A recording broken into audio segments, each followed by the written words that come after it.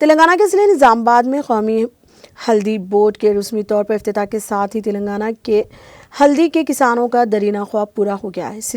سرکاری تقریب میں مرکزی وزیر تجارت و صنعت پیوش گوئل اور نظام آباد کے B J P M P دھرم پوری اروند نئی دہلی سے ورچوئل طریقہ کار کے تحت شریک ہوئے ہیں۔ بی جے پی کے ریاستی سیکریٹری اور ہلدی کے کسان پی گنگا ریڈی کو 3 سال کی مدت کے لیے ہلدی بورڈ کا قومی چیئرمین مقرر کیا گیا ہے۔ نظام آباد کے انکاپور گاؤں کے رہنے والے گنگا ریڈی کا تعلق اس علاقے سے ہے۔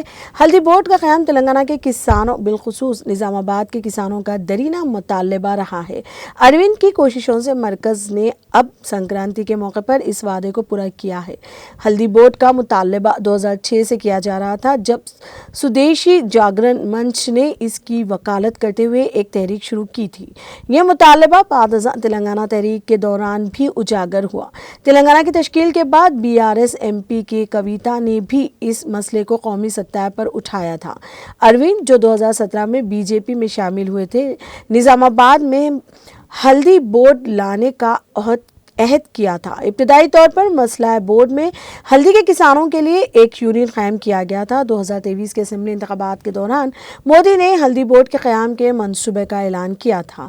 اگرچہ انہوں نے اس مقام کی وضاحت نہیں کی، اروند نے کسانوں کو یقین دلایا تھا کہ اسے نظام آباد میں قائم کیا جائے گا۔ صورتحال اس وقت مزید پیچیدہ ہو گئی جب مہاراشٹر اور تمل ناڈو دونوں نے اپنی ریاستوں میں ہلدی بورڈ کے قیام کی کوشش کی۔